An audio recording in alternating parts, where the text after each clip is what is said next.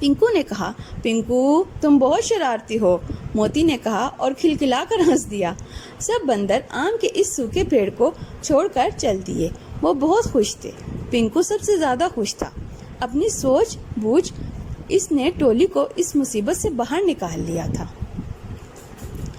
मजीद अच्छी ऐसी कहानियों को सुनने के लिए चैनल को सब्सक्राइब करें और शेयर करें। शुक्रिया।